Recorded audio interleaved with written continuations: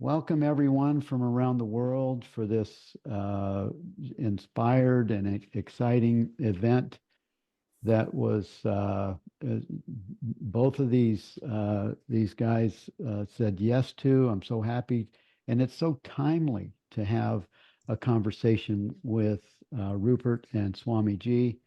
And I want to thank you all for being here for our first session of Awake in Stillness conference, The End of Dreaming. This is the title and theme that was inspired by a poem by Helen Schuckman in The Gifts of God. And it became the theme that we use to invite our conference teachers and speakers. And we're so happy to have all of you here. And we're excited to introduce our first teachers, presenters, and both authors and well-known leaders in the understanding of Advaita Vedanta, among many other traditions, and a vast amount of wisdom comes with these two men. So without further ado, I'll introduce our speakers and ask them their first question.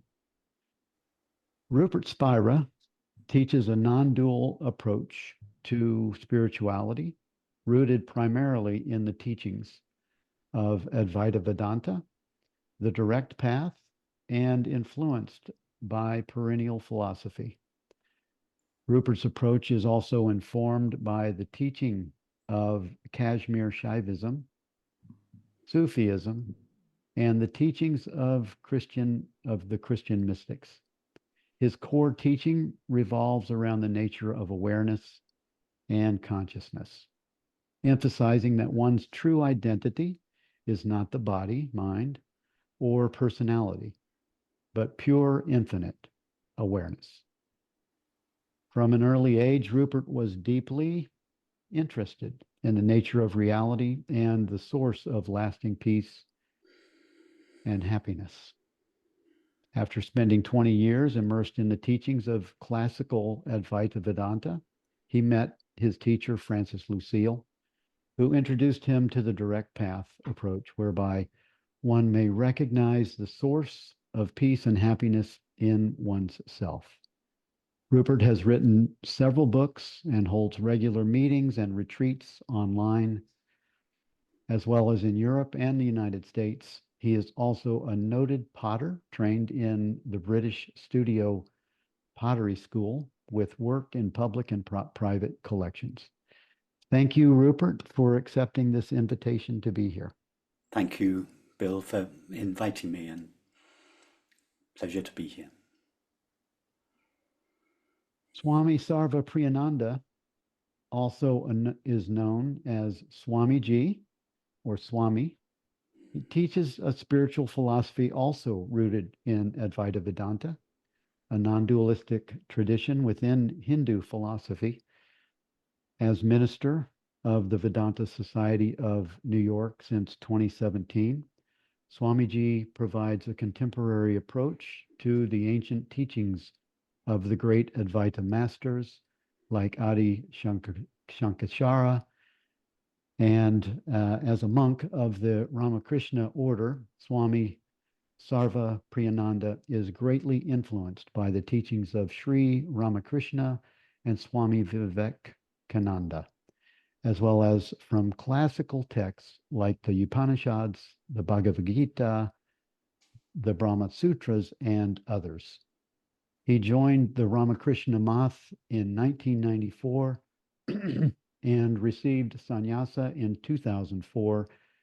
He has served in various capacities within the Ramakrishna mission, including as an acharya at Belur Math as assistant minister in Southern California. Thank you, Swami Ji, for accepting this invitation to be here. Thank you for having me, Bill. Great to be here with you, Rupert, and everybody else. Awesome. Thank you. Okay, let's get started. The first question that I have for the both of you is, could you both summarize in 3 or 4 sentences the most important points from your teaching? And whoever wants to go first. Rupert.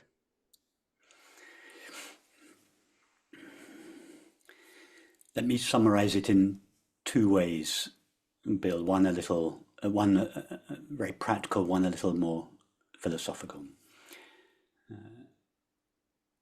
Peace and happiness are the nature of our being,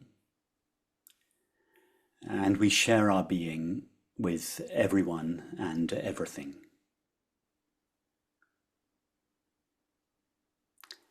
And a second formulation which says exactly the same thing in different terms would be there is a single, infinite and indivisible reality whose nature is being, consciousness, spirit, love, from which everyone and everything derive their apparently independent existence.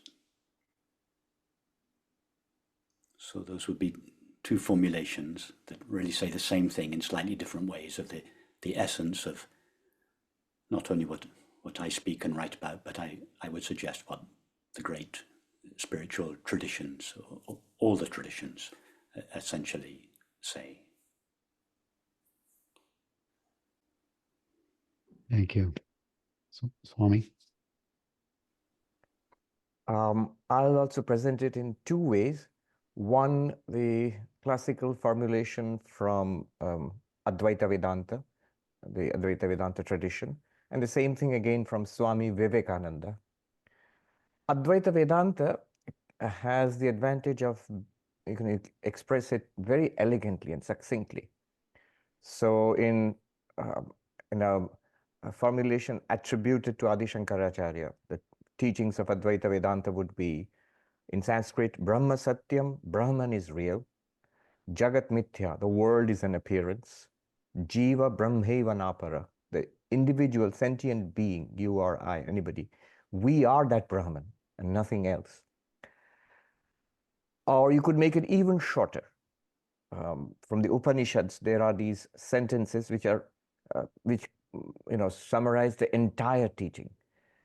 Very famously, that you are, Tat Tvamasi, from the Chandogya Upanishad, or Aham Brahmasmi, I am Brahman, from the Brihadaranyaka Upanishad, and a number of other such statements. You can make it even shorter, just Om. That tells you all of the teaching, but you have to unpack it. And you can make it even shorter. Advaita says the best teaching is in silence, but I promise not to use the best teaching here. I'll speak. Swami Vivekananda's formulation of the same thing was, each soul is potentially divine, and the goal of spiritual life is to manifest this divinity already within us. Or he put it in another way. He said, my mission in life is to teach unto humanity their inner divinity and how to manifest it in every movement of life.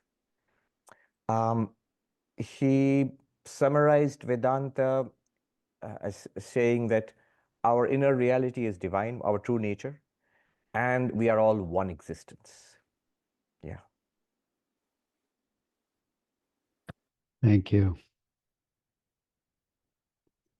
So, from the perspective of the direct path, how do each of you interpret the so-called process of awakening in stillness and the idea of remembering your dreaming? Do you want to go first, Swamiji? Okay.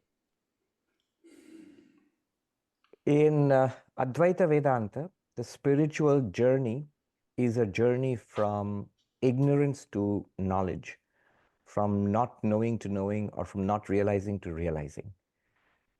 So you can distinguish this from, say, a journey in space or time. It's not about going from here to some heaven or not waiting from now to something will happen in the future. Maybe God will come again as an avatar, or maybe the millennium will come, or maybe I will get some extraordinary experience and then I will attain to this promised spiritual reality. It's right here, right now. If it's right here that we are Brahman, we are the limitless awareness, existence, this one existence, which is the reality of this entire universe, we are already that.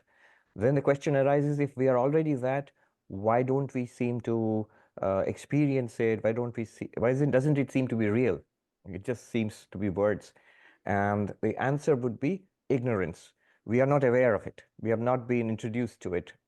And in spiritual life, in the Vedantic path, we have to move from not knowing, not realizing, not seeing it, to knowing it, realizing it, seeing it, and beyond that, to living it. So it is, the theme is very beautifully put, dreaming. It is awakening from the dream. And awakening from the dream is awakening from ignorance to knowledge. When we use the dream metaphor, one has to be careful, as one has to be with all examples. Examples, metaphors, analogies are very powerful in the spiritual path, but they also require a skillful teacher to see what is being said and what is not being said. So when we wake up from a dream, our usual dreams at night, when we sleep and we dream, we wake up, we go from a dream state to a waking state. The whole state changes. The dream world disappears. The people and the actions and whatever's going on in the dream world, that all just disappears. And you sit up on the bed and say, oh, I was dreaming. Whereas in enlightenment, in the Advaita enlightenment, this world doesn't disappear. One has to be very careful here. This is where language fails, basically. You still see the same thing. You still see the same people. You still have you experience the body, the mind. But as Vivekananda said, it's not that Vedanta dismisses the world. For the first time, we understand what it truly is. So this is the awakening from the dream. It's not going from one state to another state, but you realize what is the truth of all of these states. Whatever is here in the waking is also in the dream, is also in the deep sleep. There is one reality shining forth as various kinds of states. I mean, I love the gold and ornaments metaphor, where ornaments, you can have the same gold, you can make it into a necklace, and then you melt it down, you make it into a bracelet or a ring. Now the name has changed, the form has changed, the use has changed also. But it's literally the same reality, the same gold, which is appearing and being called, appearing in different ways and being called by different names. The universe is just like that. There is this one fundamental reality, which is being, which is awareness, and which is limitless, which appears as the subject and the object, which appears as all our various experiences, or appears as the absence, which is also a kind of experience in deep sleep or anesthesia or whatever. And that reality we are. That's our real reality, so to say. This is the awakening from the dream. I would also like to add that the Upanishads use this metaphor of awakening from the dream. If they say, arise, awake, go to the enlightened ones and learn from them the truth about yourself. It's a very famous quote from the Upanishads. Thank you. Does Swami Ji, does stillness have a place in this experience? Yes. Where to start? Let's start at the heart of it all. Stillness is the reality. And that stillness is a stillness which cannot be disturbed. It never becomes restless. It's always there. It's undisturbed. It cannot be disturbed. It's at the heart of all reality. It exists right now. Even in the midst of apparent restlessness, apparent turmoil, like the eye of the hurricane, it's always still. Atman, Brahman, pure consciousness, primordial ground of being, if the Buddhists would say, whatever you call it, it is still. The Upanishads, the Mandukya Upanishad, for example, calls the ultimate reality stillness, Shantam. It's not peaceful, it is peace itself. And it is, in the biblical language, it's the peace that passeth understanding. So it's that stillness is always there. And that's the nature of ultimate reality, and it's our own nature. We are that stillness. And stillness also forms a part of spiritual practice. We need, there it is something to be done or cultivated. And it is very helpful in two ways. The stillness in spiritual practice is helpful in two ways. One is, it helps us towards enlightenment. So still in body. You need to be still in body for meditation, for example. And still in the speech. And still in the mind. So stillness at the body, verbal, mental level. Then only meditation is possible. This stillness, you can also expand it further. You know, if you want to take a deep dive into it, look at ethics or morality. In one sense, you can understand ethics or morality as stillness. What I mean by this, let me expand a little bit. There's this quote I read, which is beautiful, which says, one can fall down in 100 ways, but one can stand straight in only one way. One can be dishonest in 100 ways, 1,000 ways, but the truth is one. You can see the truth as the stillness of all dishonesty. One can see self-control as the stillness of the 1,000 different ways of indulging and dissipation. One can see, for example, frugality as the stillness of the multifarious tendencies to accumulate. One can see non-violence as the stillness of the 100-fold, 1,000-fold impulse to violence. So ethics also can be seen as stillness. So this stillness at the ethical level, the stillness at the physical, verbal, mental level, emotional level, this is all very useful in attaining to that capital S stillness, which is our real nature. And afterwards, when we realize our real nature, that we are Atman, Brahman, whatever you call it, then to manifest it, to live that realization, stillness is again useful. I'll leave it at that. We can expand later. Thank you. Rupert, should I restate the question or? Please do. Thank you. Okay. From the perspective of the direct path, Vedanta, how do you interpret the so-called process of awakening, of awake in stillness, and the idea of remembering that you're dreaming?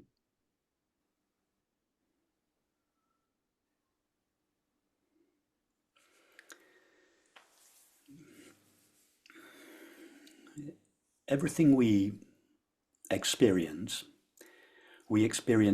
through the finite mind.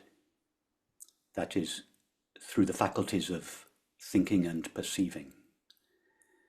And the faculties of thinking and perceiving refract the unity of being, reality, and make it appear as many things. Therefore, it is not possible to approach reality through the finite mind, because everything we know through the finite mind appears in accordance with its limitations.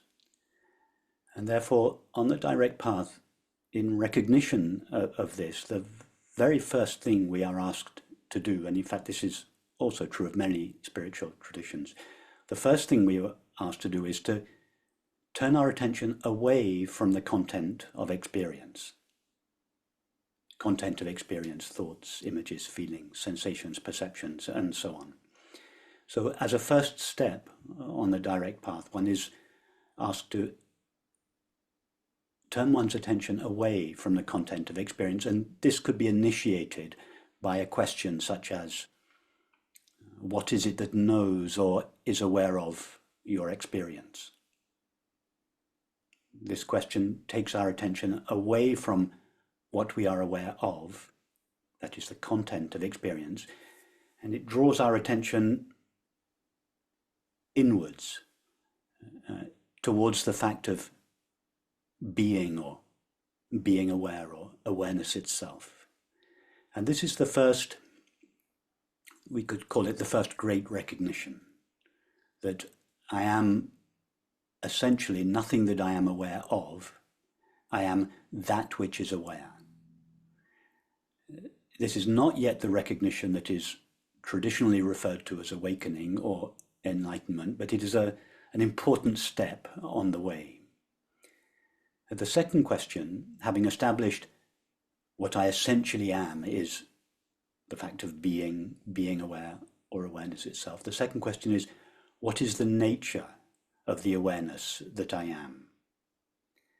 And this requires some further investigation. I won't go into the details now. I'm just giving you a broad outline of the path to awakening on the direct path in response to your question. So this second question, what is the nature of the awareness that I essentially am? It is inherently peaceful, a peace that does not depend on what is or is not taking place in the content, in our experience.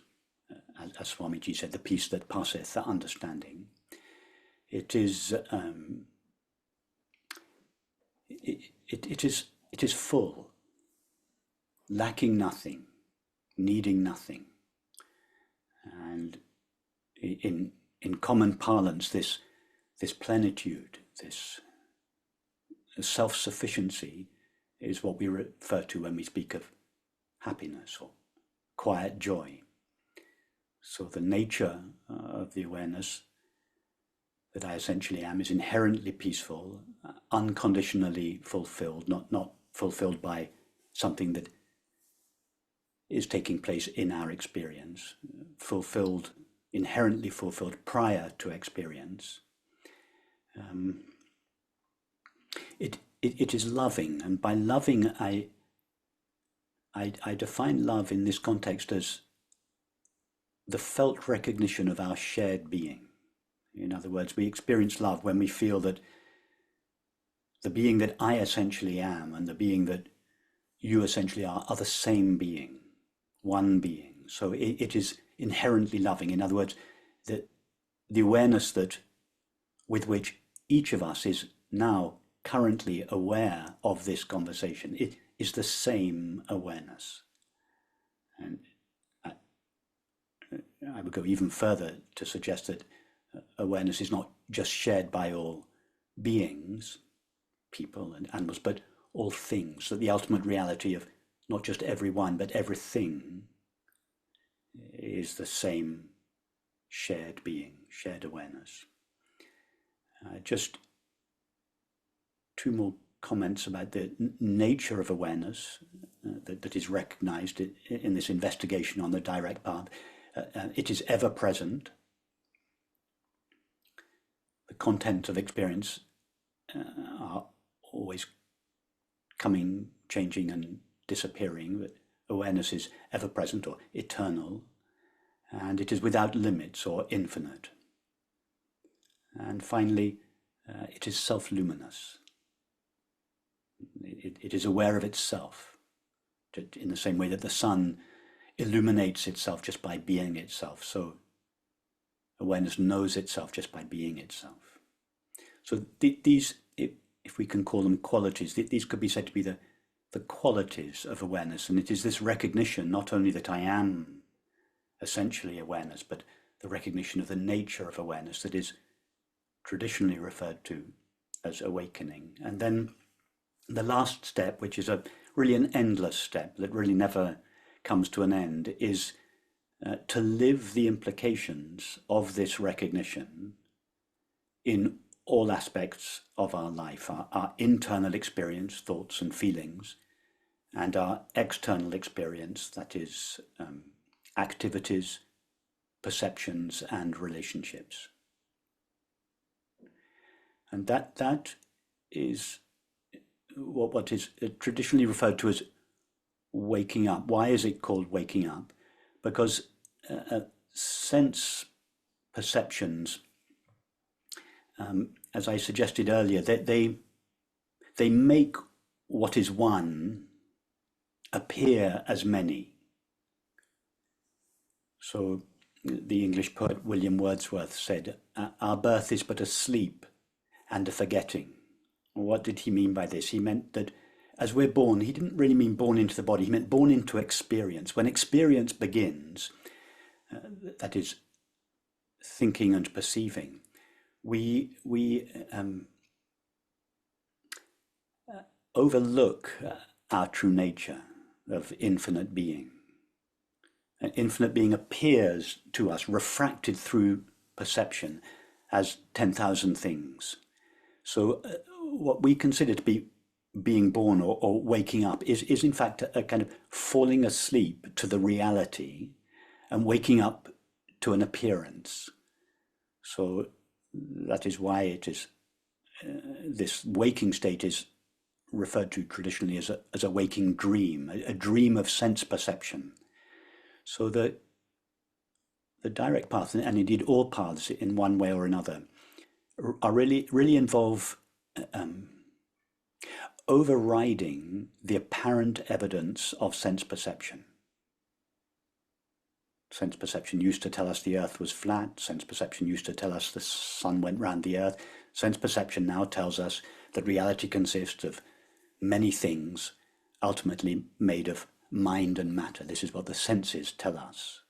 So that this great recognition that is referred to as awakening is really the seeing through the apparent evidence of sense perception, the illusion of sense perception, to the one reality that lies behind it and indeed appears as it. Thank you. And Swami, would you have anything you would like to add to anything that Rupert just offered before we move to another question? Oh, where do I start? Just some footnotes on what Rupert said.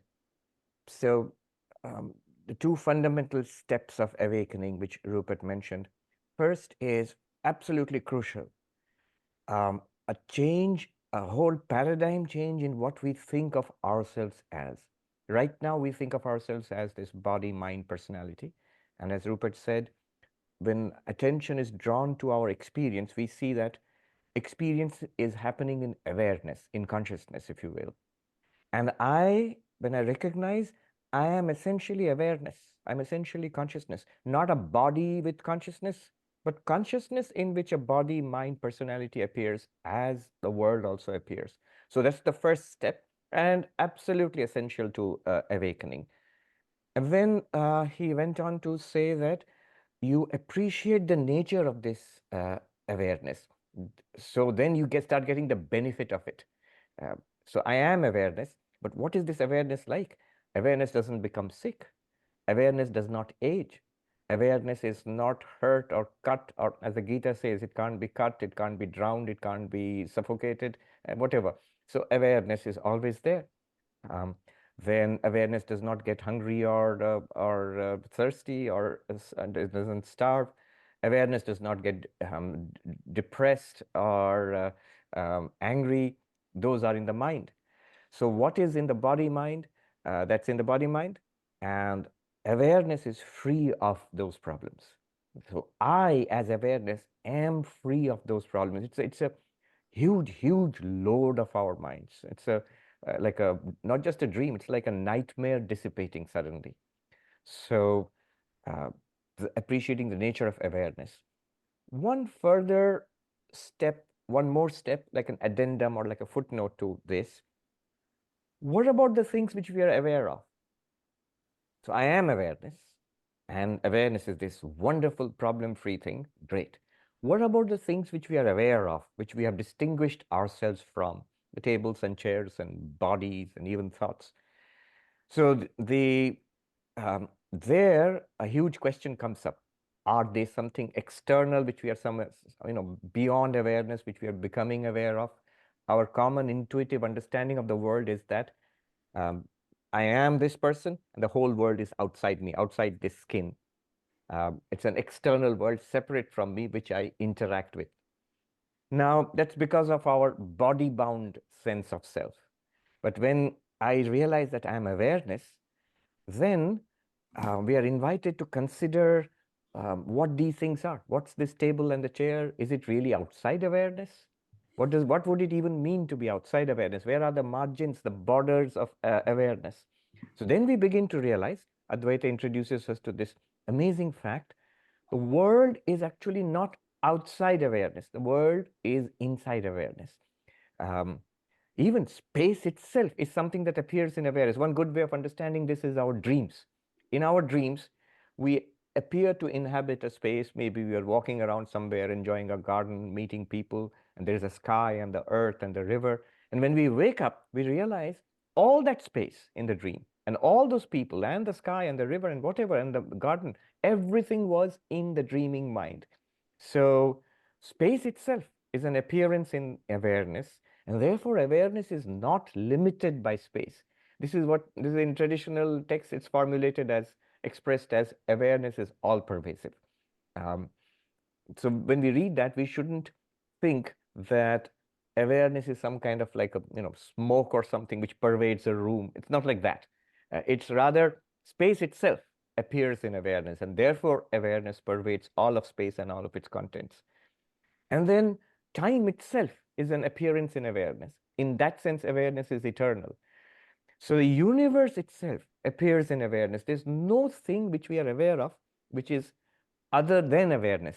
So we come to this remarkable discovery that not only am I awareness, but whatever I'm aware of, whoever I'm aware of, they are all this awareness appearing to itself as if different. There is no second thing other than awareness, which you are. And this is non-duality, no second. In Sanskrit, the word Advaita means no two. Appears to be two, appears to be billions of things, or as Rupert said, 10,000 things, but there is only one without a second, and that's awareness, and that is you. So this sort of answers the question, what is this universe? What is it that we are aware of? I think that'll do for now. Thank you. There are whole textbooks on this question. And as most of us, we know that multiple philosophies can be generated with this question. If you think that what we are aware of is an external, separate, independent universe, you come to a dualistic philosophy. For example, the ancient Sankhya philosophy of India. There is awareness and a material universe. But non-duality says the so-called material universe is nothing other than the awareness. The universe is nothing other than you. Rupert, do you have something you want to add? Yes, good. I'm not going to add anything to that. Of course, I agree with everything Swamiji says, but that's a lengthy. We could talk a great length of that, and I want to stick with your question. And one of our attendees very reasonably asked, why did Rupert leave out the essential term in the question, stillness? Well, that's a valid question. I did indeed leave that out. Why? Well, I thought I'd spoken for long enough, so I didn't want to monopolize the conversation. But it's a legitimate question because it was essential to your original question. So let me just say something briefly about that. Let's use the analogy of the screen and the image, as we are all now looking at a screen. Or let's use the analogy of the screen and a movie. Awareness is in the same relationship to experience as is a screen to a movie. So all there is to a movie is the screen. As Swamiji just said, all there is to reality, both our internal experience and our external experience of the world, is awareness. So awareness is the sole, infinite and indivisible reality from which everyone and everything derives its apparent existence. So, and the screen, the movie is the appearance, the world, as well as our internal experience of thoughts and feelings. And these are always moving, changing, just as the movie always moves and changes. But the screen, which is the sole reality of the movie, never itself moves. The appearance always moves, the screen never moves. So this absence of movement is the stillness that you refer to. The very nature of awareness is stillness. The nature of the mind is to alternate between movement and stillness. We all know that the mind can be still in a gap between two thoughts, for instance. But the stillness that is the nature of awareness is prior to and independent of the movement and temporary stillness of the mind. And this is what is referred to in the Sufi tradition when they speak of the passing away of existence and the passing away of that passing away.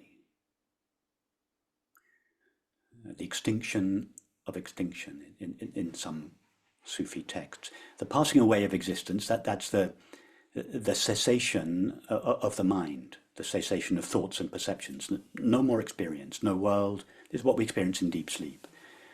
Experience comes to an end. That's the passing away of existence. But the stillness that is the nature of awareness is not just an absence of content. It is a presence that is prior to and independent of the content and the absence of content. So it is the stillness prior to the stillness of the mind.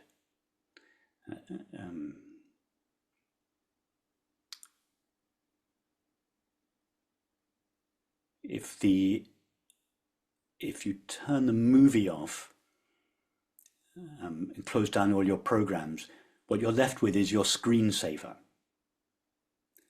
The screensaver is the absence. Let's imagine you have a blank screensaver, the pale blue screensaver that comes with an Apple Mac when you buy it. Let's imagine you turn all your programs off and you're left with a still blue screensaver. That is the absence of all your emails, images, and movies. But it is still not the pure screen by itself. So the pure screen is prior to all the programs, but also prior to the screensaver. So the stillness of the mind, or the absence of content, would be like the screensaver behind our thoughts and perceptions. And then the true stillness of awareness, the absence of absence, or the presence of awareness is still, silent, at rest. I'll just say one more thing in relation to that.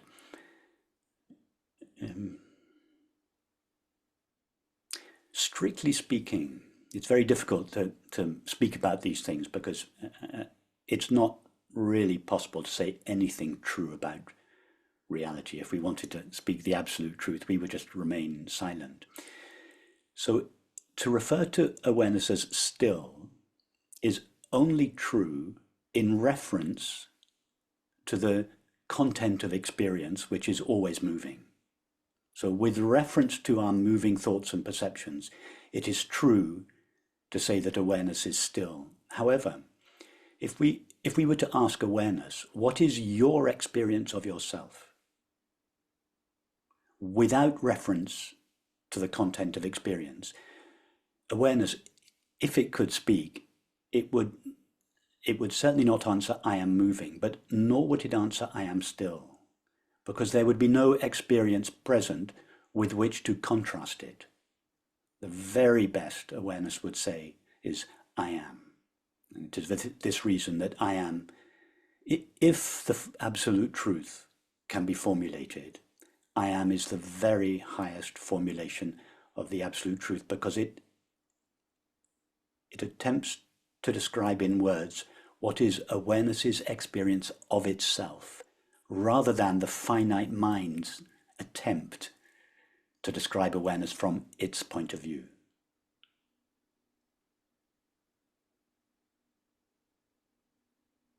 Could I Thank you. Go ahead, Swamiji. speak to something else that Rupert mentioned, seeing through appearances? Because we are always dealing with appearances unless we are in deep sleep or anesthesia or coma or in samadhi, but we are dealing with appearances. And Vedanta would have us see through these appearances. It's like seeing through the movie, noticing that there is a screen all the time. I'm just reminded of a monk in the Himalayas, in the foothills of the Himalayas in Haridwar. Um, he was not well educated in modern science or medicine. So the first time he became aware of X-rays. You can take a picture of your bones and skeleton. He was so excited, and he looked at us and said, "Oh, monks, this is how your vision should be. As a non-dualist, as a monk, your vision should be like these X-rays. It should penetrate through the name and the form and the use and penetrate through to being itself, to awareness itself." And but it's a good example, the X-rays. Can I say something? Sure. Thank you. In response, go ahead. Yeah, Swamiji. Yes, the Swamiji is referring to these two steps, seeing through and seeing as. So the first step, if we believe that the world that is presented to us by our sense perceptions is real as it appears to be, then we have to see through that appearance to the reality behind it. If we believe that the landscape we see in a movie is a real landscape, then we have to see through the landscape to the screen, or we turn the movie off in order to see the screen. That's the first step. Then, when we have realized, no, it's a screen that I'm looking at, or when, as Swamiji says, we have, as it were, seen through the appearance of the world to the one reality that lies behind it, then when we, so to speak, turn the movie back on again, when we return to our experience of the world, we no longer see it as an illusion. We no longer see the landscape in the movie as an illusion, because we've seen through the landscape to its reality. Now, when we look at the landscape again, it has lost its veiling power. The landscape in the movie that once seemed to veil the screen now shines as the screen. So at this stage, we don't see through the movie to the screen. We look at the movie again, but all we see is the screen. It's the same with our experience. We first X-ray the world, as it were. We see through the appearance to the one reality, and then we look at the appearance again. And when we come back to it in this way, it has lost its veiling power. The world which once seemed to veil its reality, infinite awareness, now shines as that very reality. And of course, it's what the Sufis say when they mean, wherever you look, there is the face of God, that there is the appearance of the one. Yes, if I may respond to that, add to that actually. Yes. The traditional formulation of Advaita Vedanta as Brahman is real and the world is false, that sort of puts a seed of a kind of duality in our minds. The teaching that the world is an appearance, it's false, it's an illusion, is actually a methodological step. It's not a statement of a final position. So it's supposed to help us to realize that underlying all of this is one reality which shines forth as all of this, as Rupert just said. I'm reminded of one of the monks of our order asking this question to a very great monk, Swami Turiyananda, a disciple of Sri Ramakrishna. Is the world false? And his answer was, no, why should it be false? There is only truth. It's not that there is a true reality and there is some kind of an appearance separately from it. Once you realize the reality, as Rupert said, there is only that reality, a one without a second. Then you don't have to keep on harping on the world is false and you have to see through it and you have to get to the reality. That reality alone shines forth as these 10,000 things, yes. Thank you. Thank you both. for this clear understanding. And I'm wondering, we have a few questions in the chat that we'll look at in a minute, but I'm wondering if we could experiment with a sadhana in this experience, where one of you or both of you might lead our audience in the experiment or the experience of looking and maybe seeing through an inquiry suggestion. Do you want to start, Swamiji? Okay. I'm happy to. Whichever you go first if you like. Okay. Like a guided look at this. Let me just mention a couple of one point about sadhana. All this discussion, it reminds me of the ancient debate between the Advaita Vedantins and the yogins. The yogins were the practitioners of Patanjali yoga, and their idea is that you still the mind and the truth will reveal itself. Yoga is defined as stilling the movements of the mind. And if you still the movements of the mind, that's the second sutra in the Yoga Sutras.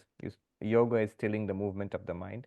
And the third sutra says, what happens if you still the movement of the mind? Because if you still the movements of the mind, the truth which lies beyond the mind becomes clear. And the fourth sutra says, if you do not still the mind, then the truth, your real nature, pure consciousness, is always mixed up with the movements of the mind. So this gives the yogic paradigm.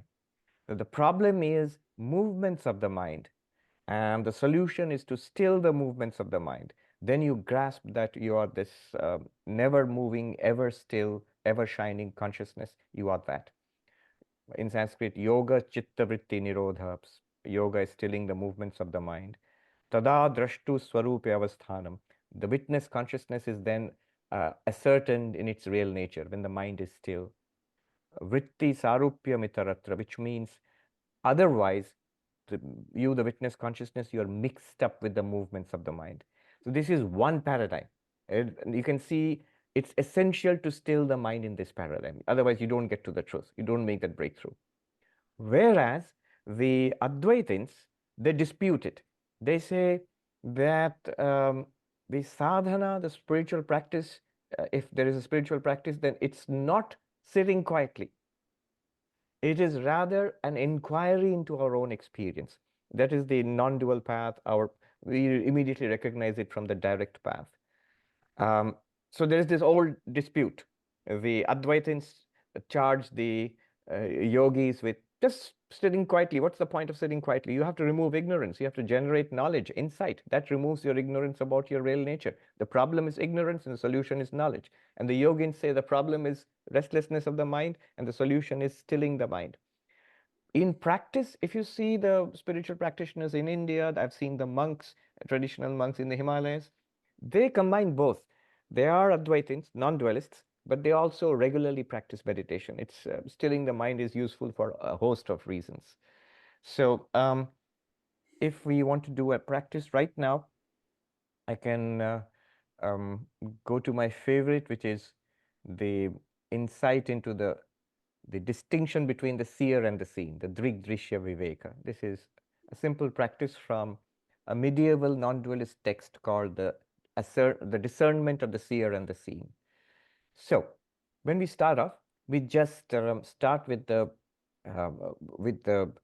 knowledge or with the understanding that what we see, in a very naive sense, what these eyes are seeing, it's distinct, it's separate from the eyes. So my eyes see the computer screen and they can see your faces there. And so that which I see here is distinct. My eyes are here and that is physically separate. We know the eyes cannot see anything unless they're at a little distance from the eyes. So the seer and the seen are two different entities. And this makes solid philosophical sense because in philosophy, we know self-reflexivity is not allowed. A thing cannot operate on itself. A knife cannot cut itself, for example. So the subject cannot be the object directly. Now we start in a very naive way. In Vedanta, like in all good teaching, the starting is from what is very obvious, and then you go step by step into something that is subtler and subtler and subtler. So 4 steps.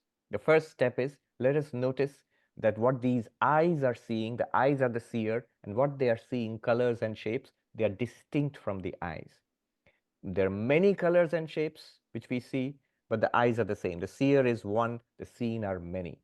And the seen are continuously changing. Relatively, the eyes are not changing. They are more or less the same. So 3 insights. The seer and the seen are different. That's one. The seer and the seen, the seer is one, the seen are many. And the seer is relatively unchanging. The seen are continuously changing. Now let's go to step 2. When we consider the eyes themselves, we realize we are aware of the eyes. The mind is the seer, and the eyes and the rest of the body is the seen. What about the world? That still remains as the seen. Now, what were earlier the seer, the eyes, they become the seen. We are seen, quote unquote, seen. The mind is aware of the eyes. I'm aware my eyes are open. I am aware I can't see too well, or I'm aware my eyes are closed. The eyes are the object which is seen, and the mind is the seer. Again, we note the mind is distinct from the eyes. The mind, whatever it is not the eyes. So the seer is different from the seen. And I, the seer, I, the mind, am aware of the eyes. The mind is aware of many, many things. It's still the mind. Seer is one, the seen are many. And the mind relatively unchanging, in the sense mind changes into more mind. The world changes in various ways. So the seer is relatively unchanging, and the seen are changing. Now we get into something very interesting. We are aware of the mind itself. We are all aware. When we look inwardly, we are aware of thoughts. We are aware of emotional states. We are aware of memories. We are aware of understanding. We're aware of perceptions. All these thoughts, feelings, emotions, they're all coming into the mind. We are aware of judgments. All this is the mind. And we are aware of the mind. Now, if the seer and the seen are distinct, then I, the one which is aware of the mind, I am distinct from the mind. Just as the eyes are not the colors or shapes they see, similarly, I, the witness of the mind, am not the mind. I am not thoughts, I am not memories, I am not emotional states. In fact, I am not what is called a personality. This is a huge breakthrough, that what I took myself to be so far, unquestioningly, that whole personality, it's mind-based and body-based. It's based on memory and history, and it's all seen. I am the seer of the mind. I am the seer of the personality. That's step 3. And finally, step 4, that witness consciousness, our tendency is to, well, that's interesting. Can I experience that? Can I see that, quote unquote? That seer of the mind cannot be seen. It can never be objectified. You cannot make it an object to itself. It is always the seer, never the seen. So we come to that one that clearly it exists. And clearly that one is aware, or it is awareness. So this existence awareness, I am, and I'm aware of the mind, and through the mind, I'm aware of the senses and the body, and through the senses and the body, I'm aware of this so-called world. So this, we stay as that. And you notice the next step, of course, would be what Rupert described as the second state, the step of appreciating the nature of the seer of the mind-body world, this witness consciousness, the ultimate seer. And then we realize that it's not born, it does not die. That's the body. It does not get upset or excited. That's the mind. It does not even wake, dream, and sleep. That's the mind. So I am this ever-shining awareness.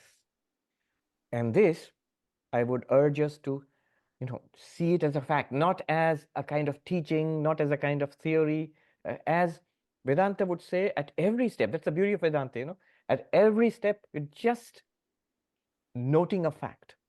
When I say my eyes see the world, it's a fact. It's not theory. It's not particularly esoteric philosophy. It's just a fact. Stick with that. You know what the Americans would say, keep it real. So eyes are the seer, the world is seen. Yes, we say to ourselves, yes. The eyes are seen, the mind is the seer. Yes, I get that. And the mind is seen, I, whatever I am the seer of the mind. Yes. And then I definitely, the seer of the mind, I exist, I shine. And, you know, I'll just leave you with this very two powerful instructions. It's very simple, but powerful instructions which, you know, masters give us when we enter into Vedanta. One is what I just called, the Americans call, keep it real. The teacher, the Vedanta teacher, the monk said, when you ask a child, what's a nose? The child will not say the nose is the organ of respiration, organ of smell. The child will say, this is a nose. Be like a child. Whenever a teaching is given to you, seer and the seen, the three states of waking, dreaming, deep sleep, the 5 levels of the human personality, keep it real, like a nose. When you say this body, yeah, this is the body. When you say mind, yes, this is the mind. Keep it real. Then when we're careful about keeping it real, the path to enlightenment, path to the spiritual breakthrough it's very clear. Otherwise, what happens at some point, it becomes theoretical. So keep it real, keep it like the nose. Here is the nose. That's one instruction. The second instruction is, how do you get the benefit from this? One teacher said, a monk, keep things where they belong. Oh, monks, keep things where they belong. Now, keep things where they belong, which means old age, you know, wrinkles and the body slowing down. Where does it belong? Not in awareness. It belongs in the body. Misery, guilt, negativity, hatred, irritation. Where does it belong? Not in awareness, not in mid-awareness, in the mind. Keep things where they belong. Don't say, if somebody says, oh, I'm obese, I have to lose weight. I, the witness consciousness, cannot be obese. It's the body which is obese. So the problem is in the body. Problem is in the mind, in the emotions, in the personality, never in the witness consciousness. And yes, you can proceed to fix those problems as far as they can be fixed. But at no point, as you, the witness consciousness, they are not in you. Keep things where they belong. So nose and keep things where they belong. You'll see Vedanta works wonders. Thank you, Swami. Can I add to that, Bill? Yes, thank you, Rupert.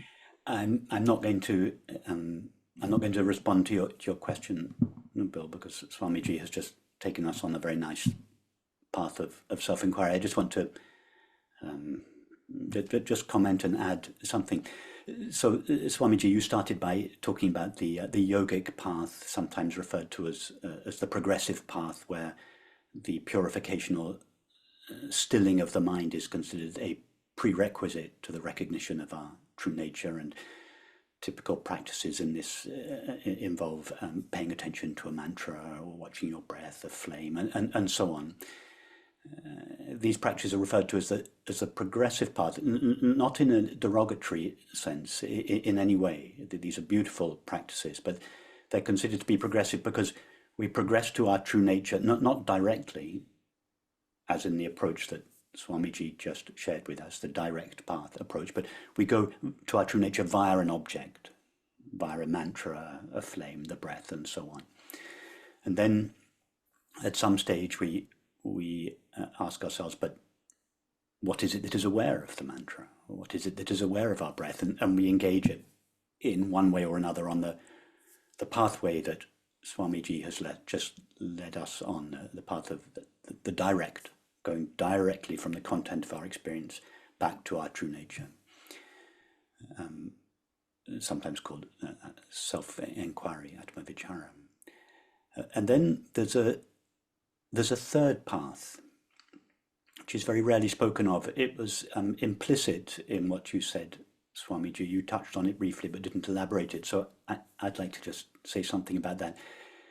We go from the progressive path to the direct path, and from the direct path to the pathless path, which is really the culmination of the direct path.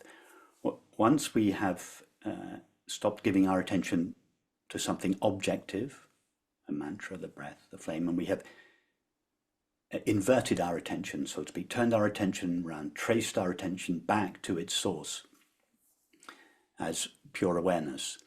Well, once we have done this a number of times, each time we take that pathway, it gets shorter and easier. We don't take so many steps all the way back until after some time, we don't just visit our true nature of awareness from time to time in meditation or when we're practicing self-inquiry. We begin to live there. It becomes our new identity.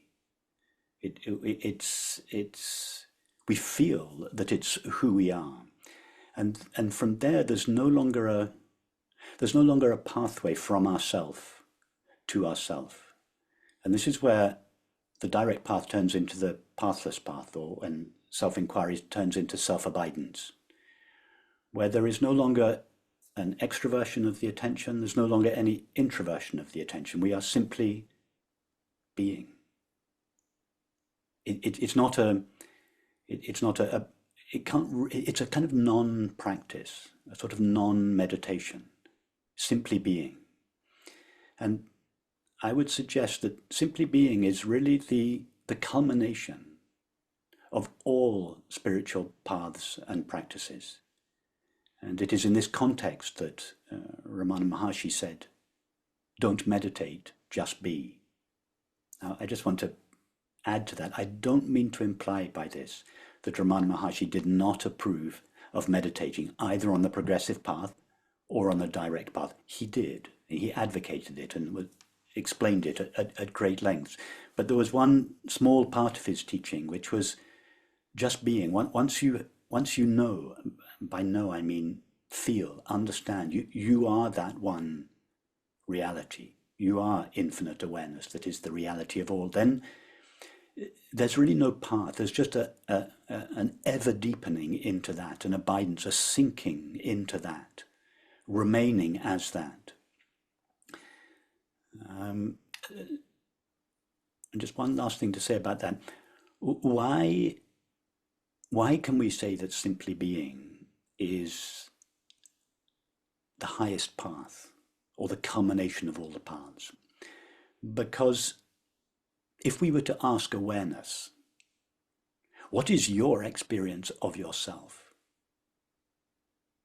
It would, if it could respond, it would respond simply being. So awareness wouldn't say, I practice self-inquiry or mantra meditation or indeed anything else in order to be myself. That's what the mind does.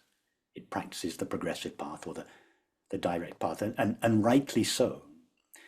But in awareness's experience of itself, it is just eternally being and knowing itself effortlessly.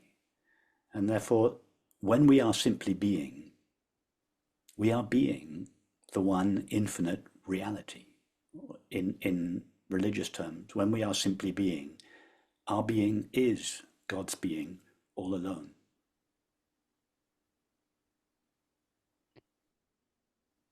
Thank you. Thank you both for all of that. And it stirred up a few questions in the chat. I'd like to grab a couple questions from the chat.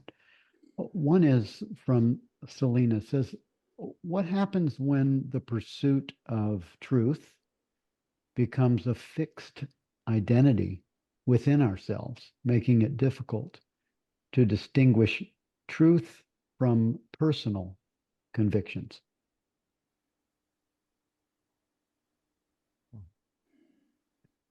Did you want me to respond to that? Yeah, would you go, go ahead, Swamiji. Okay, let me see if I've understood that. Let me divide it into two parts. What happens when the pursuit of truth becomes a part of your personal identity? If you say pursuit of truth becomes a part of your personal identity, well and good. As long as we see ourselves as pursuing the truth, seekers of the truth, seeker of enlightenment, a spiritual practitioner, it's good. It saves us from a lot of nonsense. See, long before enlightenment, before you become a Jivan Mukta, free while living, or a Buddha, until that point, the identity that I'm a spiritual seeker, a spiritual practitioner, a seeker of truth, is a great, great protection, and it's always orients us in the right direction. It's good. It's really good for us. But probably that's not what you are asking. How do you, the second part of the questions was, how do we distinguish between our personal convictions and the truth? If that's the question, in Vedanta or in philosophy, in Indian philosophy, for example, the answer is pretty straightforward. Truth depends on pramanas, sources of knowledge, not on personal convictions, feelings, opinions. If my personal convictions, feelings, and opinions are in line with what the sources of knowledge refer to, what reveal to me. For example, the sources of knowledge, these eyes are revealing to me that there's a computer in this room. And my conviction is also that it's, yes, there's a computer in this room. It cannot be otherwise. But if my personal feeling is that, no, there's an elephant in the room, my eyes are not revealing that, and then I have to correct my opinion that there's an elephant in the room. If for some reason I believe there's an elephant in the room, I realize that there's no elephant, because if there were, my eyes would show that. What I'm saying is sort of not very clearly, is that knowledge is produced by sources of knowledge. It could be perceptual knowledge, it could be inferential knowledge, sometimes it could be wrong, but truth comes from sources of knowledge. However, I'll end with this. It's the Advaitic truth, or the Vedantic truth, the non-dual truth, is prior to all of this. Once we begin to inquire into Vedanta, we begin to realize that the awareness, it is to me the awareness that all sources of knowledge operate and deliver their results. I as awareness certify, this is true, this is knowledge, that's an opinion, this is right, that's wrong, this is true, that's false. All of these come after awareness. First is awareness itself. No source of knowledge can either, let alone falsify, or they cannot falsify awareness, and they are not needed to prove awareness. In fact, it's awareness which powers all truth seeking, and even all opinions and all personal identities, whatever it is. Behind all of that is awareness, self-shining, which does not need any certification. I'm still not sure I got to the core of the question. Can I pick up where... Go ahead. Thank you, Rupert. Thank you, Swami.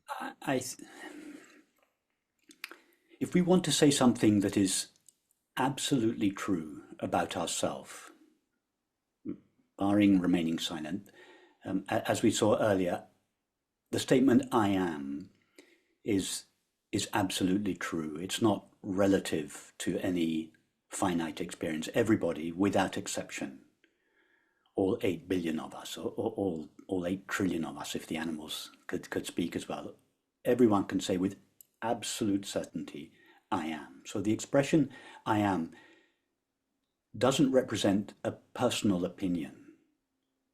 It is not a personal statement. It's a statement simply that expresses the awareness of being. And the awareness of being is the one experience that we have that is not filtered through the finite mind, that is not filtered through thought and perception. In other words, it's absolutely true. It's not relative to the finite mind. If we add anything to the "I am," then it becomes a relative experience, a relative statement. If the statement "I am" represents awareness's experience of itself, then "I am this" or "I am that" would be a finite mind's view of itself. It's what the ego is, a qualification of the "I am." If you add anything to "I am," then that becomes ego, the separate self. So the question, I'm referring to sort of what I think is the essence of the question about becoming a spiritual personality. using one's spiritual practice or even one's spiritual understanding, incorporating one's spiritual understanding in one's ego, using spiritual life to enhance the ego, whereas, of course, its intention is the very opposite. So really, if we say, I am a teacher, I am a spiritual person, I understand such and such a tradition, all these statements qualify and therefore limit the I am, pure awareness, and they are ultimately egoic statements. They don't pertain to awareness itself. Anything that qualifies the I am limits the I am and is not therefore true, not absolutely true. And I think we may provisionally make such a statement about ourselves. I am a writer, or I am a father, or I am a... It's fine to make these provisional statements in response to our circumstances, but as long as we understand that they're only provisional statements relative to the circumstances in which we find ourselves, but none of them, even the I am a spiritual practitioner, I am a spiritual teacher, I am a student, all of these are ultimately egoic positions, although I, of course, completely understand agree with Swamiji that to be a spiritual seeker is, of course, a very good thing. But it's a more refined form of ego than is the conventional egoic position, and sooner or later it has to be abandoned. Even I am a student, I am a teacher, all these identifications have to be abandoned. Nice. Yes, thank you. Thank you both. There's a statement and a question from Fifi. Please, very important, have an answer. When do you stop the searching and all practices? As the practices is to get something or somewhere, it's for achieve something, right? And truth, it's here and now. The realization that I am that here and now, that I'm already enlightened.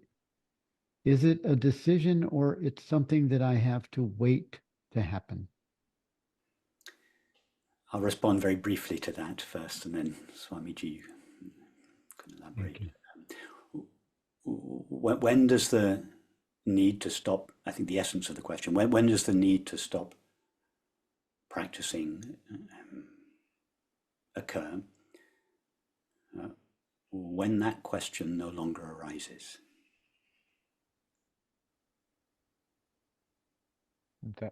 But as long as that question arises, then the question implies that you are projecting enlightenment into the future.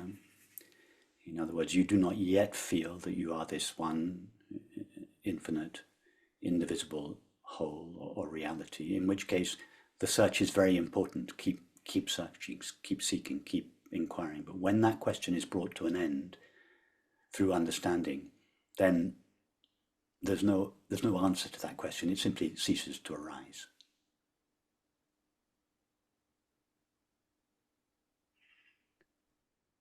Thank you.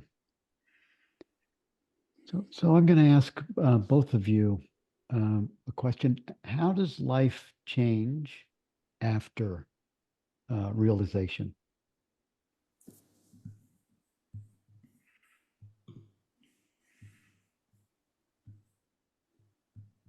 Should I go? Go ahead. You have to ask an enlightened person, of course, Yes. but yes. After realization, literally, you have realized. It's no longer, you're not seeking anymore. You have found it. It's an unmistakable fact. One sign of that is that realization, it will not go away. There are genuine mystical experiences which arise and disappear. and they can leave behind profound, wonderful memories, which will maybe the best experiences of our whole life, peak experiences. But that's not non-dual realization. If it arises and disappears, no matter how valuable it is not the non-dual realization. The non-dual realization is a realization about the fact that I am Brahman, I am this limitless awareness existence right now for all time. And therefore, when I come to that, it will never go away. It will always be available. It's not that I'll always keep thinking, I am awareness, I am awareness. It's, for example, my identity as Sarvapriyananda. I don't keep thinking about it all the time, that I am Sarvapriyananda. I'm not anxious about it, that it'll slip away somehow. I don't practice it. I don't do a Sarvapriyananda meditation 1 hour in the morning and 1 hour in the evening, just in case the Sarvapriyananda identity is fading away or getting rusty. No, I'm so confident about it. Although it's a name, it's a monastic name which was given to me just a few decades ago. So I'm so confident about that. And then just imagine our real nature, eternally so, that you are limitless being, limitless awareness. Once that becomes clear, it never goes away. You don't need any practice to maintain it. However, what will happen is the practices which were going on earlier as part of seeking enlightenment, now it could be that those practices continue in order to stabilize and deepen that enlightenment. Still, some doubts may remain in the mind. For example, yes, I have found it, but my life, the lived life, does not match my realization, you know. So I need to be centered in that. I need to express it, manifest it. Vivekananda's terms, manifesting the divinity within. So the practices continue. After some time, even those practices are not necessary. You are so comfortable in your skin, as you know, you are manifesting it effortlessly. So yes, that would be my answer. Can I just add something briefly to that? Yeah, thank you. How does life change after this recognition?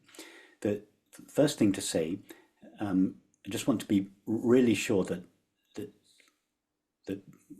we understand by this recognition something very simple, nothing exotic. The words enlightenment, particularly enlightenment and awakening, they have accrued so much false meaning and misunderstanding over the years. I had this misunderstanding for many, many years, that enlightenment was an extraordinary, exotic, rare experience. And so by the term recognition, we're just referring to the recognition of our nature, the recognition of the nature of our being.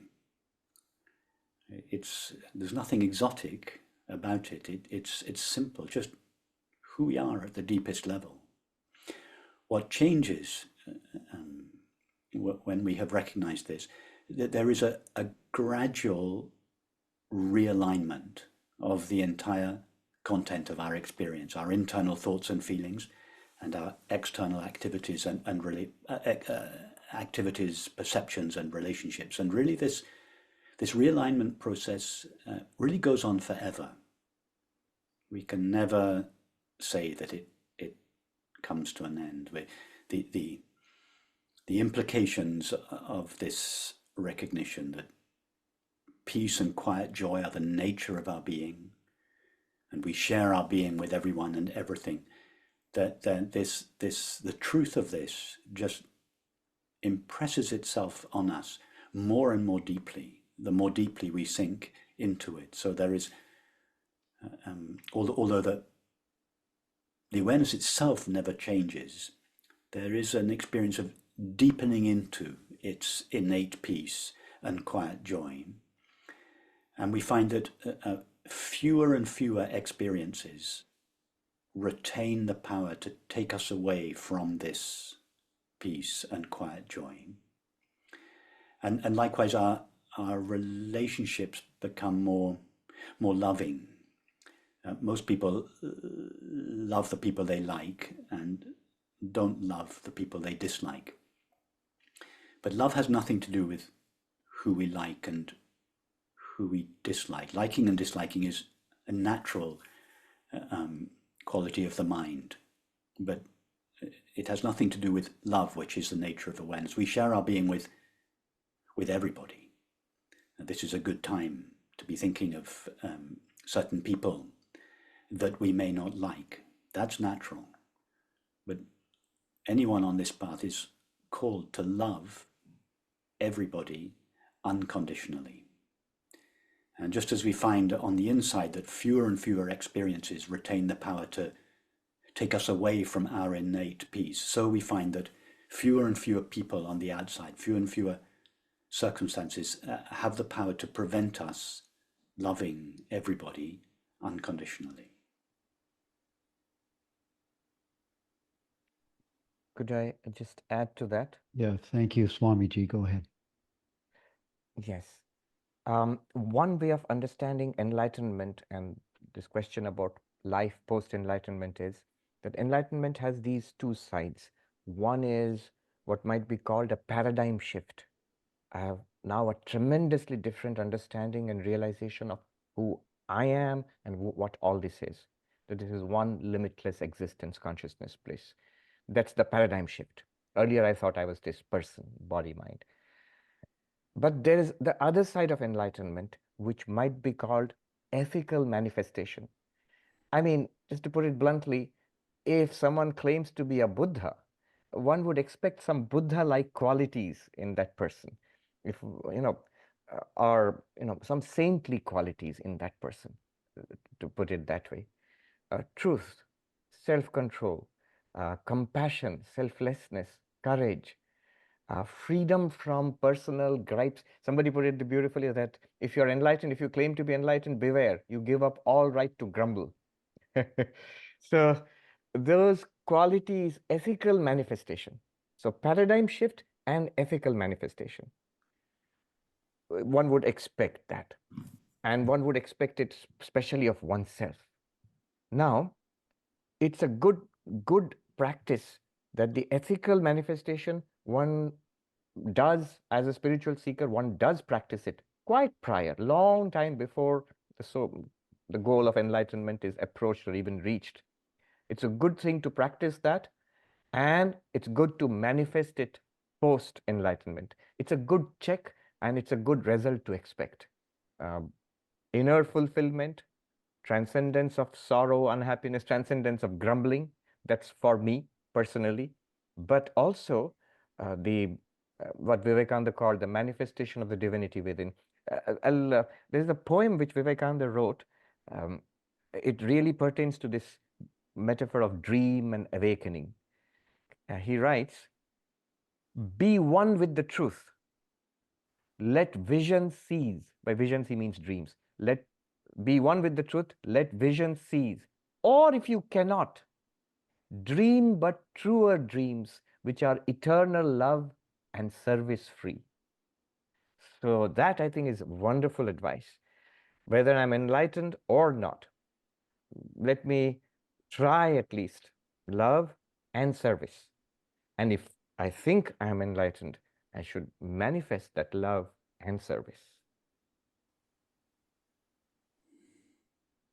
Thank you both. There's a question that I think is worthy. It's for Swamiji, but I think it could be answered by both or either one. Is there any further to go when it's clearly seen that the final seer cannot be seen as an object, but only be known as oneself? Certainly. When you put it that way, what happens is sometimes it might seem a very dissatisfactory way of putting it. The mind wants something to grasp. This is something real. I want to grasp this. Or a wonderful, clever philosophy is something real in my mind, a wonderful idea or an ideal which I can grasp. This self we are talking about, which knows but which cannot be known, which is the seer but cannot be seen, seems like an abstraction, seems like a kind of a cop-out. A lot was promised, not much was delivered. That's the problem of the mind, which demands an object to hold on to. Whereas from the witness perspective, that I am the witness of the mind, that's perfect. It clearly, it cannot be an object of the mind or of the senses, but it is always the witness of the mind. It does not make it any less real. It makes it even more real. And then comes, when I realize that, then comes, as Rupert has already pointed out, next, appreciate that witness. Note, I cannot die if I am that witness. There's no more death for me. I am forever beyond darkness and sleep and ignorance because I'm the ever-shining consciousness. There is no more unhappiness or unfulfillment for me because I'm limitless. There is nothing in this universe which is actually, in a deep sense, not me. So when we appreciate that, that appreciation itself, it reveals itself for over a period of time. It takes some time to manifest itself. And then living like that, Rupert has mentioned this so beautifully, that living like that, it blossoms forth, it manifests over time. So all those things are there after you realize that I am the witness, never the witnessed. I am the real nature of the subject, and of course also the real nature of the object, but not an object. Yes. Thank you. So I have another a question for both of you. Can we choose how we behave, or is everything that happens an act of God or universal consciousness? Shall I Go. respond? Bill, I would suggest both. Ultimately, everything is an act of universal consciousness, simply because that's all there really is. That there is nothing else present, or no one else present, to whom any action or thought could be attributed. So ultimately, yes, the one does everything. However, at a more relative level, I would, and this is a practical answer rather than a philosophical one, I would suggest that to the extent that we feel that we are an individual, a finite mind, we should behave as if we had free will. So ultimately, that the freedom is the freedom of the one. That the question, there is only the one. There's no question of, does the individual have free will? In reality, there are no individual finite beings or selves or objects. There is just the one. That one does everything. But at a relative level, at a practical, everyday level, we should behave as if we have free will. And what is the best use of our free will? One, to explore who we truly are, and two, to express, having recognized who we truly are, to express the implications of that recognition in our everyday life.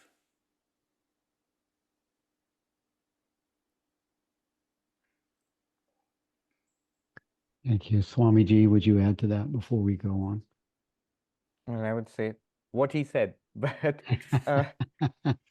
Good. I'll quote Vivekananda and the philosopher Arindam Chakravarti. Swami Vivekananda said, free will is a contradiction in terms. There is freedom. The one is free. So there is freedom, and you are that. But once it becomes will, it is within the chain of, it's determined. It's within the chain of cause and effect. It's within, which is in the realm of appearance. For practical purposes, as Rupert said, one must, and in fact, one doesn't have much of a choice there. You have no choice other than to be free. So, that sounds very contradictory. And the philosopher Arindam Chakravarti, in a beautiful article called "Why Pray to a God Who Can Hear the Anklets on an Ant's Feet?" Now, this is a quote from Sri Ramakrishna. He says, God hears everything. And imagine little children, girls especially in India, they have little anklets on their ankle, little bells, And so imagine if an ant, how tiny those anklets would be if you put anklets on an ant's feet. And God hears so well that God can hear the sound of the anklets on an ant's feet. But then the philosopher Arindam Chakravarti asks, why pray to such a God who can hear everything, who knows everything? And then he goes into an investigation of the question of free will. So he says there are 3 stages. One is stage 1. It seems obvious we are free. Stage 2, upon inquiry, philosophical inquiry, nowadays neuroscientific inquiry, and theological inquiry, we begin to see that we are not free. We cannot be. Free will is contradictory in this world, but there is causality. And then the third, so what? Ultimately, what do we do? What does it mean for all of us? The third stage is that we have this apparent free will. We cannot get over the freedom of the sense of having free will. And yet we begin to understand there cannot be ultimately any free will. So live in that knowledge, that liminal space of, it would practically mean being a spiritual seeker and continuously surrendering our so-called sense of free will into, what is this? Emma, would you undo what you just did before we have to remove you from the room, please? Thank you. Yes. So 3 stages. Stage 1, we feel we have free will. Stage 2, there cannot be any free will upon investigation. Stage 3, use this sense of free will to continuously acknowledge the one, the ultimate reality, where there is no free will at all. That is basically be a spiritual seeker practitioner. Thank you. For those that are on the progressive spiritual path, whether it's Hindu, Buddhist, A Course in Miracles teaching, is it necessary to eventually let go of the progressive path completely to directly experience enlightenment or self-realization? Should I go first? Yeah. Go ahead. Thank you.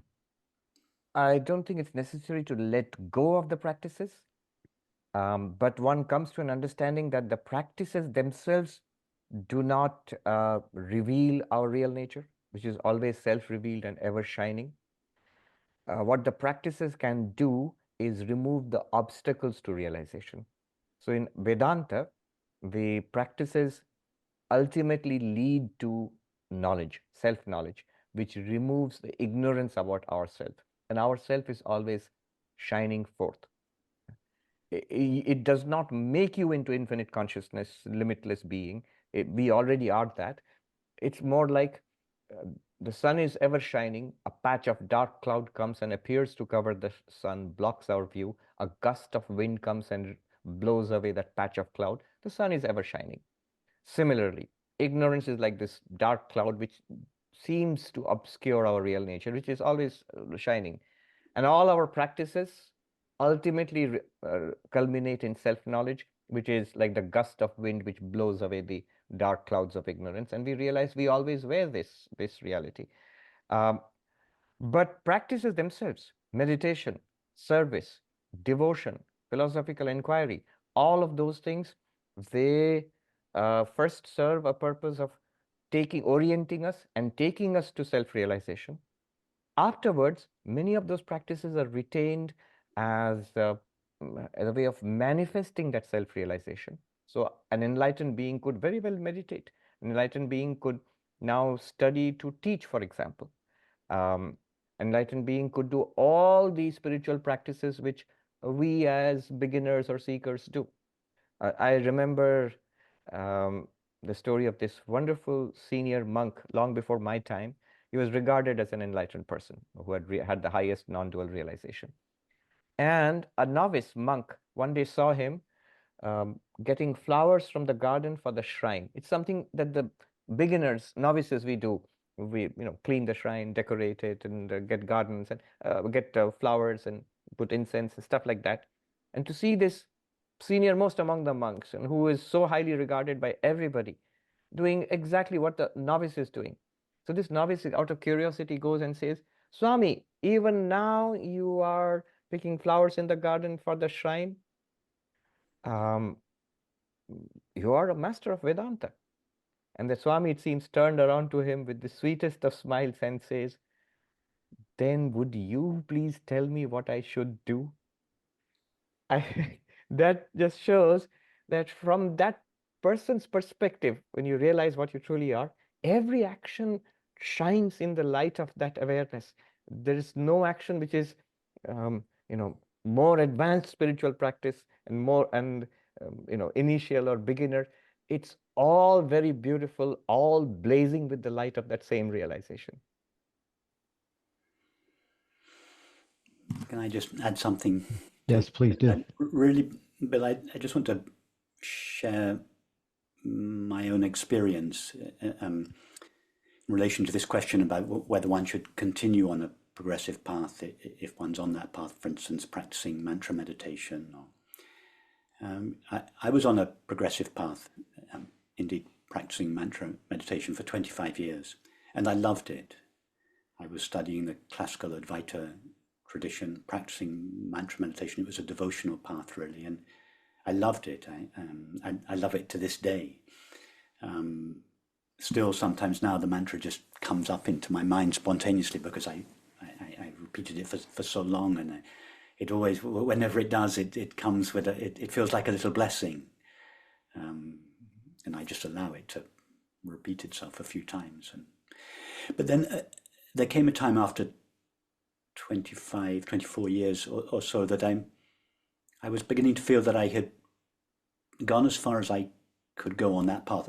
That's not a limitation of the path. It was a beautiful path, a complete path, but I had come to an end, and I really spontaneously, my life circumstances changed, and I embarked on the direct path, not in opposition to or instead of the progressive path, but just in my case, as a natural evolution of it. I never had the feeling that I was stopping one path and starting another. The question just started spontaneously arising in me, but what is it that is aware of the sound of the mantra? And with that question, my attention was drawn away from the mantra, and my attention just began to sink inwards to its source, pure awareness. And that was really my practice for the next 15 years. And then after a while, that practice, I noticed it began to peter out, not because I decided, okay, now it's time to stop doing this and start doing something else. I just found that being aware was just my natural condition. There was no need either to investigate, there was no need either to give my attention to a mantra, nor was it necessary to investigate. I just found myself abiding in being, but both in periods of formal meditation and out and about in my everyday life. And but again, I didn't make a decision, okay, now it's time to stop the direct path and enter the pathless path. It was just in my case, a natural and inevitable extension of my previous practice. And I imagine that I'll spend the rest of my life on the pathless path, but who knows? I'm open to what may happen in the future. So, just to respond specifically to the question, if one is on a progressive path and one is happy on that path and it's effective, you're getting what you want from it, I would never dissuade someone from continuing on that path, or to feel that path is, for instance, inferior or lesser than any other path. So whatever path seems to you the easiest, most enjoyable, the most natural, that's the path you should be on. Thank you. Very helpful answers, both of them. And I've purposely waited to the end for this next question because I didn't want to get caught in this, in the idea of it. For an aspirant that's feeling, or a seeker, many around the world that are here and elsewhere, are feeling anxious or fearful about the potential impact of the U.S. election on democracy and what practices and what's happening actually around the world with Israel and Ukraine, Russia. And just if you could answer for everyone, what practices or perspectives from Advaita or the non-dual teachings would you suggest to help to manage the emotions and stay grounded in our well-being? I'd like to have both of you answer that, please. Should I go first? Sure, go ahead. Yes, I know this is the question. I'm here in New York right now, in the midst of all of that. But unfortunately, I don't have a very satisfactory answer. You see, I'm from India, and I begin to see that gives you naturally a perspective which may not be a very helpful perspective, but a kind of almost a view from eternity. Let me back up a little and share with you my experience of India and the West, especially America, especially New York. What I've seen in America and in New York is a kind of presentism, is living here right now. Whatever is happening right now in the news cycle on social media, that's reality. And we always have to react to that. Philosophies and spiritual teachings, no matter how ancient, have to say something about what's on Twitter or X right now. And from my perspective, the answer is why? Why do we have to respond to that? In India, there's a saying, Vivekananda quoted it, 1,000 years of city, 1,000 years of forest. Not that things cannot get bad. They can get pretty bad, but they can also get better.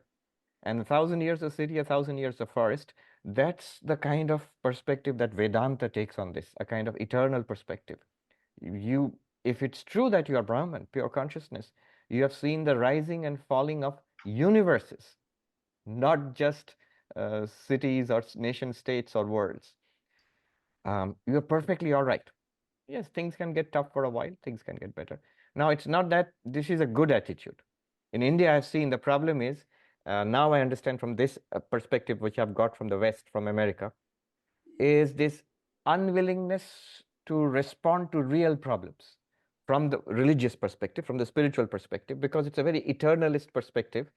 And therefore, what's happening right now is a minor passing phase, not to be really bothered about. And that can lead to accumulation of all sorts of huge societal problems: discrimination, casteism, poverty, malnourishment, starvation, a colonized nation. And you are sitting in your eternal high throne. So that can be a very serious problem of not being willing to respond to actual serious concerns in society. And this can be another problem, which I see right here in Manhattan, of being a live wire, of trying to respond and set everything right, or develop a new spiritual perspective or philosophy for the latest political, social, or entertainment trend on social media. That's it. Rupert. Our world culture is founded on, our current world culture is founded on a paradigm of separation. And we see this being played out in extreme ways in various parts of the world now. So as truth lovers, our sacred duty is not in any way to further this paradigm, but to live a paradigm of unity. And this means seeing everybody, and that means everybody, not just the people we like, and not just the people we agree with, but seeing everybody as our very own self, the one infinite being whose nature is peace and love. Now, if we cannot do that as so-called spiritual practitioners, we cannot expect anybody else to do that. So it is for us, each of us, in this particular moment, to ensure that whether we disagree with people's policies, and of course it is appropriate to disagree with policies, to debate ideas and so on, but underneath all that, the most important thing is to feel, not just understand, but to feel that we love everybody, that we share our being with everybody. If we cannot do that as so-called spiritual practitioners, we cannot expect our world leaders to come anywhere near that possibility. And as a practical exercise to do this, I recommend, and this is something I do myself, that you take in your mind an image of someone you're very close to, a companion, a child, a dear friend, and you hold their image up in your mind, and you feel the depth of love you share. In other words, you feel that their being is your being, the one infinite being. That's easy to do. We already love them. And then to bring up a second image in your mind alongside the image of your companion, the image of a stranger, someone you don't know, someone you meet at the supermarket checkout, or a cab driver that gives you a lift, or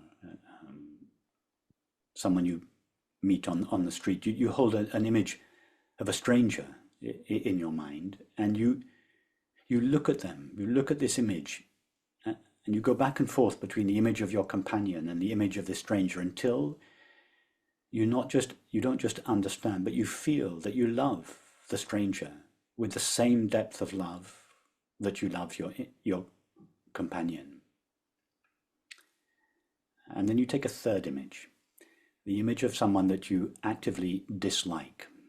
Take someone, could be someone in real life that you dislike, that you have a conflict with, or take someone from the news, an international politician, someone that you really, really dislike. And you look at their image, and you go back and forth between their image and the other two images until you not only understand that you share your being with them, but you feel it. Until you can honestly say that you can look at these three people and feel the same depth of love. This doesn't mean that you have to agree with them all. That's agreeing and disagreeing is about the mind. Love has nothing to do with the mind. It is just this recognition that below the mind, behind the mind, we share our being. And I would suggest that this is an extremely powerful practice in the Tibetan tradition. Advanced practitioners are given extremely demanding, unpleasant practices such as eating rotting fish. The purpose of this is for you to face the experience that you find the most distasteful and find inner peace in the face of the intensity of that experience. Well, for some of us, holding up a character of someone, maybe from the news, that we dislike intensely, is even more, and loving them unconditionally, that is even more demanding, more difficult than eating rotting fish. It is a kind of contemporary version of the same practice. It's tremendously powerful. And I would suggest in the long term, it is this this recognition of our shared being must be humanity's only hope. That a society that is founded on any other understanding other than the understanding that we share our being is a society, a civilization that is not sustainable, that cannot prevail. And I feel that it is incumbent on all of us, it is our sacred duty, at this time perhaps more than ever, to stand as this impersonal, impartial love towards everyone.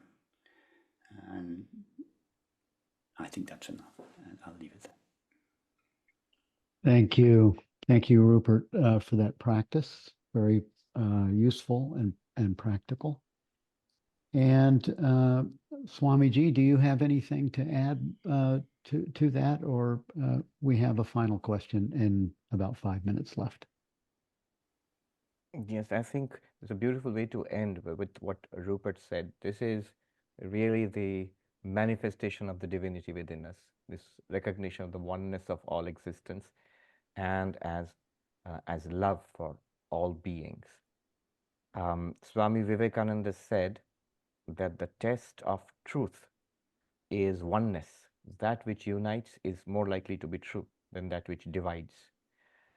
Another test of truth is strength. He said, reject whatever weakens you physically, emotionally, intellectually, morally, spiritually. Reject it as poison. And strength is the test of truth. Truth gives you strength. And another test of truth, he said, that which makes us selfless is likely to be true. That which makes us more selfish is more likely to be untrue. Wow. This has been a phenomenal session with the two of you, and thank you for sharing your clarity and your wisdom with all of us. And it's amazing. And just want to say that you two are just really have been such a support for everything that we do here at Pure Presence Conferences and the Center for Awakening. Both Rupert and Swamiji, thank you both for being part of Awakening Mind Films. We're going to be interviewing Swamiji on Monday. Looking forward to that. And Rupert Spira, you're just a great support for everything we do. We really appreciate it. And for our audience, we have another session in 30 minutes at 12 Eastern with Dan Schmidt. It's a 5-hour session. So get something to eat and refresh yourself, go to the bathroom, whatever. Thank you both for being here and everyone for being part of this conference. And we'll see you soon. See you, Swamiji, on Monday. We'll see you, the audience, in 30 minutes. Rupert, I'll see you when I see you. Love you all. Thank you, but it's a pleasure to be a part of the beautiful work you do. And thank you, Swamiji. It's lovely to be with you again. And thank you, all your attendees. And thank you, Bill. Thank you, and namaskars. Thank you all. Bye-bye. Bye-bye.